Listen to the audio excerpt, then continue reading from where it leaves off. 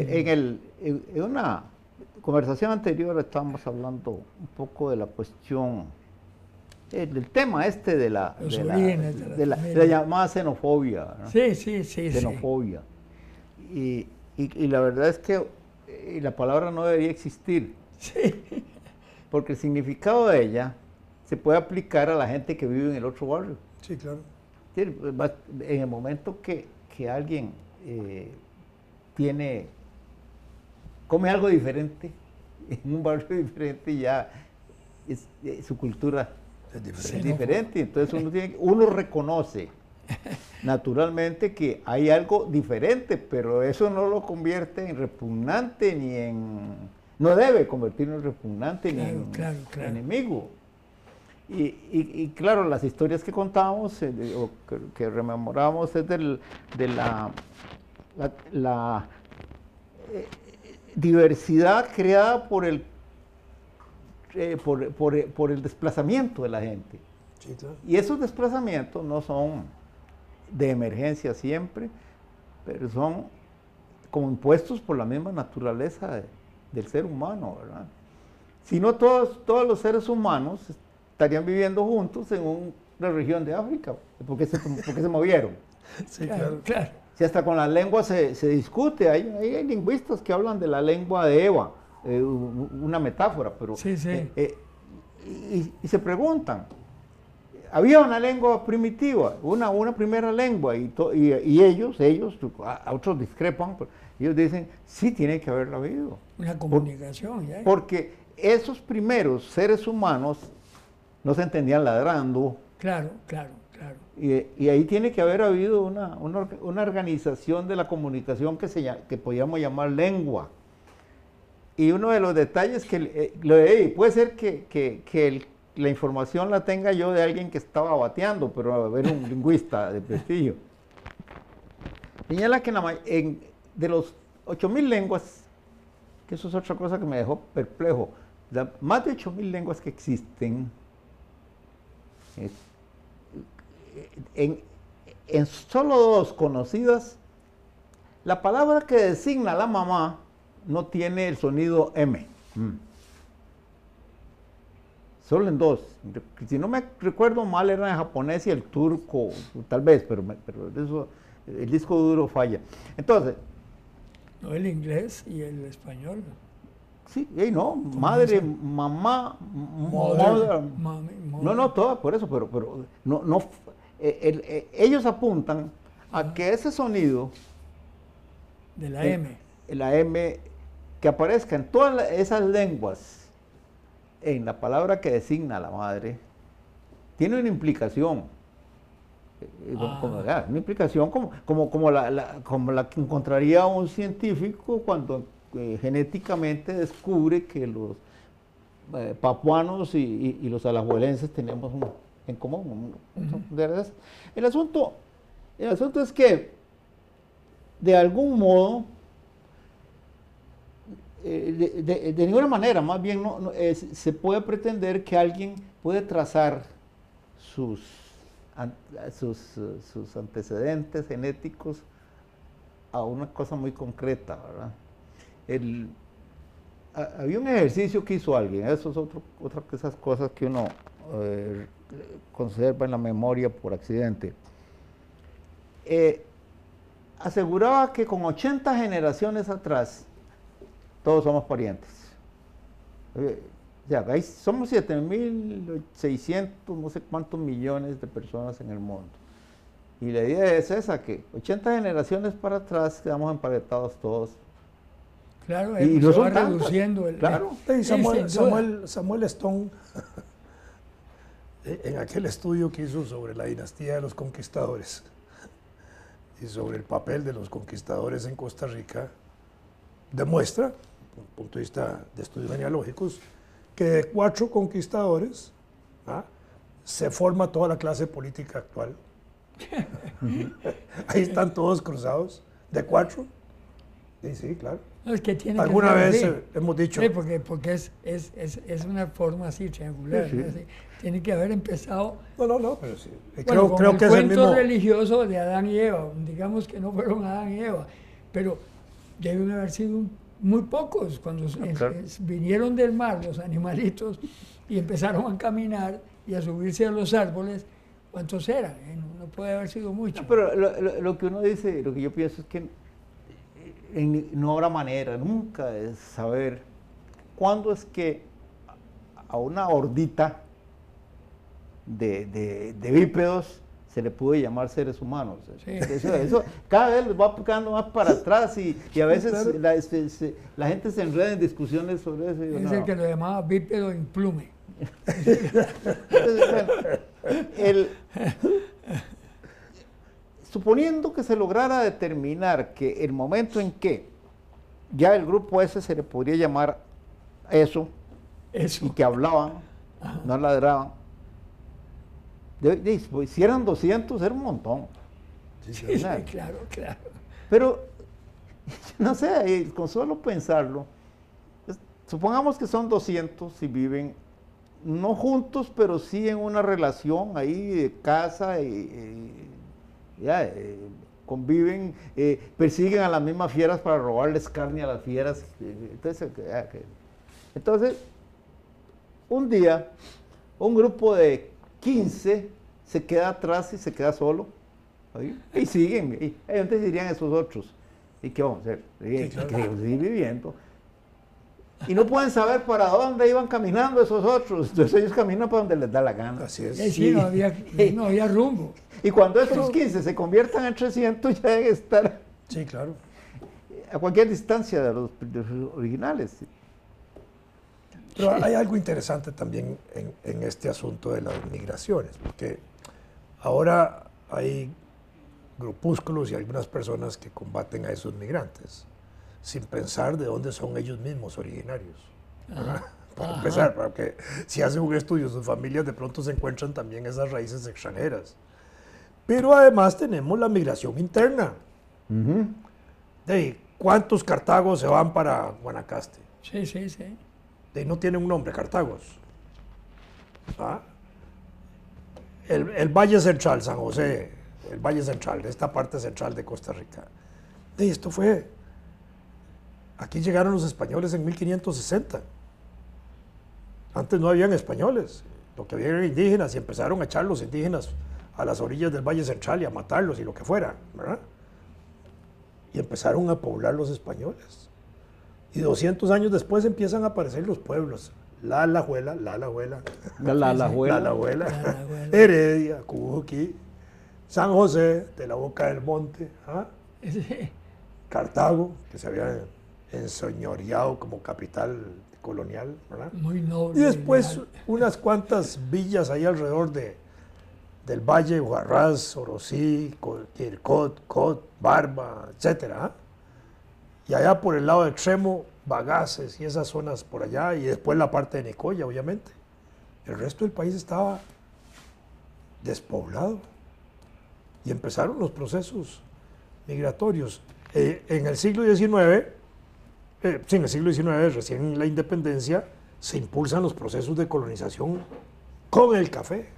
Dan el desarrollo del café, le meten el apoyo estatal y empiezan a facilitar la colonización interior porque regalan tierras, regalan almácigos, eximen de impuestos, descubre caminos y le damos premios y la gente empieza a desplazarse para todo lado. Y después con el banano surge hacia la parte atlántica la importación.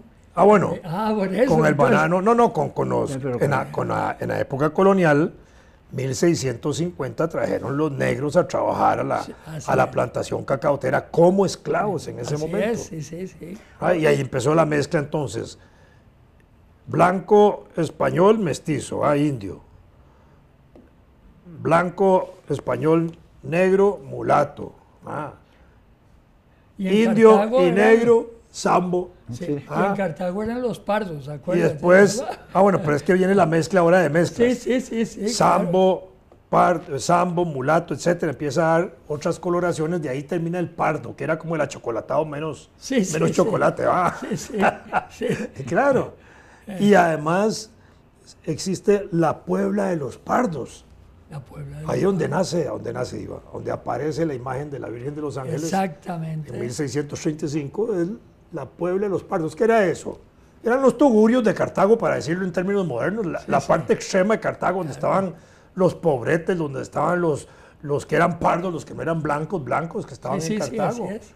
Era una situación de discriminación, aunque no había la discriminación como hoy la entendemos así de esa forma, pero estaba ya urbanísticamente establecida, porque el centro de Cartago estaban los principales, el comercio, las habitaciones, tal, y hacia los lados iba desarrollándose el resto, y a los extremos los pardos y los otros grupos sociales.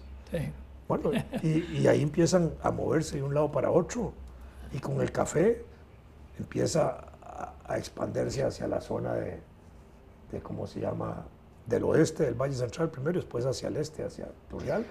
Ahora, Y después con el ferrocarril llegaron chinos, italianos, Sí, después sí, llegaron claro. españoles. Pero toda la segunda mitad del siglo XIX, principalmente la segunda mitad, aquí llegaron portugueses, suizos, franceses, Italianos. alemanes, italianos, de todas las nacionalidades, rusos, de todas las nacionalidades, Solo ver los polacos, apellidos. de todas las nacionalidades europeas. Eso está estudiado por Luis Felipe González Flores en ese extraordinario libro sobre la influencia extranjera en la educación sí, costarricense. sí. Y da los detalles. Y clorito picado, ¡tuay! Claro, Nuestro gran científico. Tuvimos un presidente de y origen Clorito nicaragüense, Picado no fue Ascensión nacido en Esquivel. Nicaragua. Don Ascensión ¿Ah? Esquivel, claro. Clorito Picado no nació en Nicaragua, o es hijo de nicaragüense. Creo que ahora sí me confundiste. Pero eso no importa. Cosa que Ascensión Esquivel, presidente de Sí. Costa Rica en 1902, Nicaragüense. nicaragüense. Claro, Y, claro. y vino El bachiller Osejo, ¿Quién? También, líder de nuestra independencia, Sí, sí, sí. nicaragüense. Sí, definitivamente. pero, Entonces, y uno empieza a ver ahí para atrás y para adelante. Entonces uno dice, esta cosa como que es absurda, es que como que no es imaginable que haya gente tan, no sé cómo decirlo, imbécil, estúpida, tonta, ignorante. Podrán haber muchos adjetivos, unos más duros que otros, para referirse a ese montón de gente que piensa en esa pureza étnica tan extraña Como si hubiera. que ninguno de ellos la tiene, porque además Jamás. hay otra cosa importante, como el desarrollo de la ciencia ha ido tan adelante y avanzando tanto, ¿verdad? Yo recuerdo, por ejemplo, hace 50 años, 1970, cuando se hacía un juicio de familia, yo llevé algunos en esa época, y se peleaba paternidad, posible paternidad de alguien, y los tribunales resolvían cosas como estas. Aunque se parezcan como dos gotas de agua, el supuesto padre y el supuesto hijo, en este caso no son, ¿verdad? No son padre e hijo. ¿Por qué? Porque en ese momento eso había que demostrarlo con papelitos, con cartitas, con regalitos, con un montón de evidencias físicas, públicas, notorias, que el supuesto padre le daba al supuesto hijo. Y entonces pero si eso no existía, aunque fueran como dos gotas de agua, no había nada. Pero después viene la genética y empieza a marcar y ya no hay dónde. Claro. Porque ahora dice si es hijo y no es hijo, ¿verdad? Sí. Y ahí se acabó todo. Pero eso ha hecho que se fortalezcan los estudios genéticos en Costa Rica extraordinariamente. Desde el 2003 hasta el 2017 se han hecho como 9 estudios de la genética costarricense. Y hay un estudio más interesante. 2003. Sí, claro. Y están publicados en Sí. revistas internacionales y nacionales. Sí, yo he leído algo. Y están los estudios de la mitocondria, que se han hecho echando para atrás, estudiando la parte de las mujeres, ¿verdad? Y en el caso de la mitocondria, creo que somos 4 o 5 países en el mundo los que hemos avanzado en esa parte. Y a partir de allí, entonces sí empieza a distinguirse ahora sí el origen genético racial. Tanto porcentaje de europeos, tanto porcentaje de indígenas, tanto porcentaje de negros. Ahora aparece hasta porcentaje de chinos en Costa Rica. Claro. Entonces es interesante, ¿verdad? A eso agreguemos los otros porcentajes de... los porcentajes que mencionó Fernando en un programa anterior.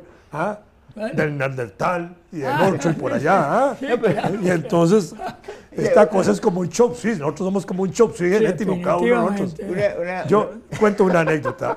Mucho, sí. Ah, bueno. Recientemente, en los estudios genealógicos de Estados Unidos, se han desarrollado 2 o 3 empresas a hacer estudios genealógicos a partir del ADN.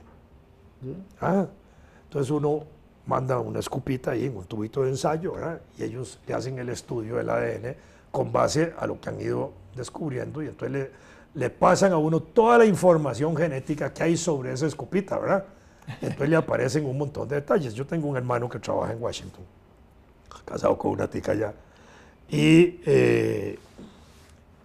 una amiga de ellos, un amigo de ellos, no, una amiga de ellos, hizo la pruebita y le pasan el dato inmediatamente y le aparece un marcador genético idéntico, ¿vale? Y le dicen, usted tiene una hermana en Carolina del Norte, ellos viven en Washington, y no sabían nada de nada, ¿verdad? Interesante. Entonces la mujer esta se preocupa por saber de ese par genético, porque son idénticos, ahí no hay cuento, son hermanos. Se logran comunicar, se establecen un punto de reunión para conocerse, y resultó que la otra era una negrita pura, y la otra era una blanquita pura, hijas del mismo padre.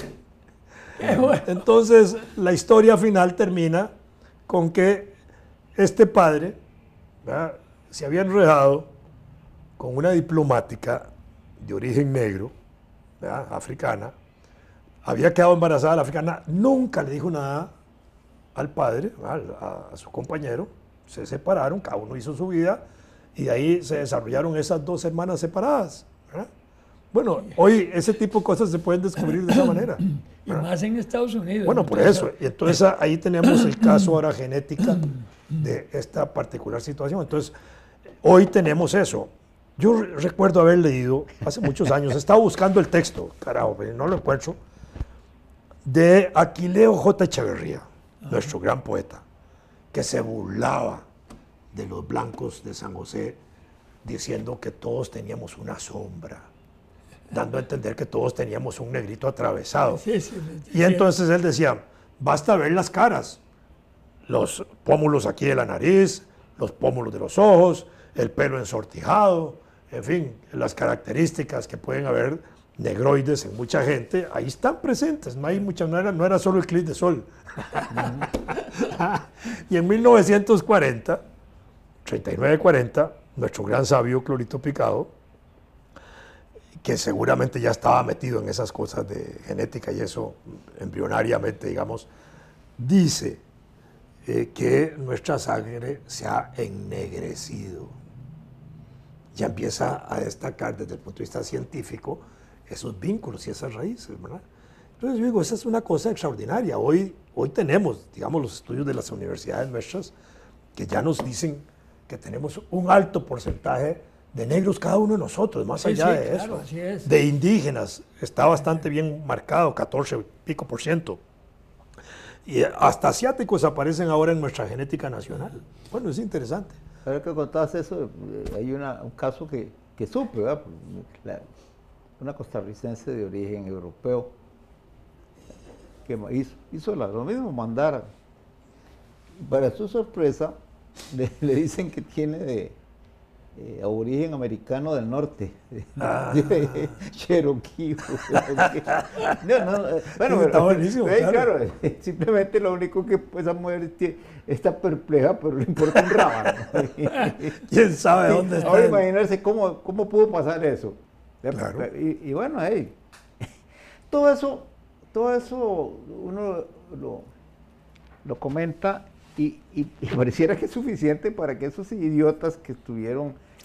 Por ejemplo, a mí el colmo de la indignación, el clímax de la indignación llegó cuando vi el video de un hombre nicaragüense que estaba descansando un ratito ahí en el parque, en la Plaza de la Cultura, y le cayeron encima unos energúmenos de estos. Hay 2 cosas, una graciosa y la otra terrible en el video, porque al principio del video hay uno que andaba, un señor que andaba en la manifestación con camiseta de la CL. Eso era una expresión del neonazismo costarricense, ¿verdad?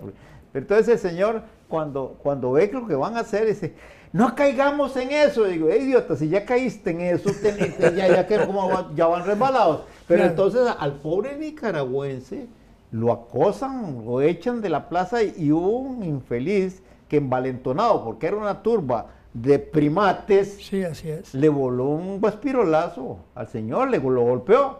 Chá. Hombre. Bueno, ese día, esos sucesos, una persona que fue candidata presidencial a las elecciones ahora en febrero. Yo vi. Que tiene un segundo apellido de origen asiático. Chan. Casi nada. Protestando, no protestando, sumándose en la forma a esa protesta. Y la diputada Chan, sí. Que parece un fresco de Chan, también, como si no tuvieran idea de que ese origen asiático llegó aquí, comprados como esclavos, liberados cuando llegaban a Costa Rica, sí, porque habíamos abolido la esclavitud. No. Pero eran comprados de esclavos. Y aquí empezaron a desarrollarse los chinitos. Y si hay alguien que trabaja es esa población china. Carajo. Yo quisiera, ahora que estamos hablando de sin embargo, de eso, estos ignorantes, porque son ignorantes de raíces y eso, este candidato presidencial ha tratado de corregir un poco y entonces se mete ahora a regular los procesos migratorios. Hay que poner controles y esto y lo otro. Carajo, si las fronteras son artificiales. En Europa ya no hay fronteras. Hoy que grabamos, en todos los Estados Unidos no hay fronteras. Aparece en un periódico costarricense, un título, que es de esos títulos que dice, ¿cómo hay gente tan imbécil para escribir este título? Gobierno desconoce la cantidad de nicaragüenses ilegales que hay. Y si son ilegales, ¿cómo lo Claro. Tenían que decir no. Tenía que haber un registro migratorio de ilegales. Quedó escrita para demostrar que en ese periódico hay alguien que no tiene cerebro. Qué horror. Bueno.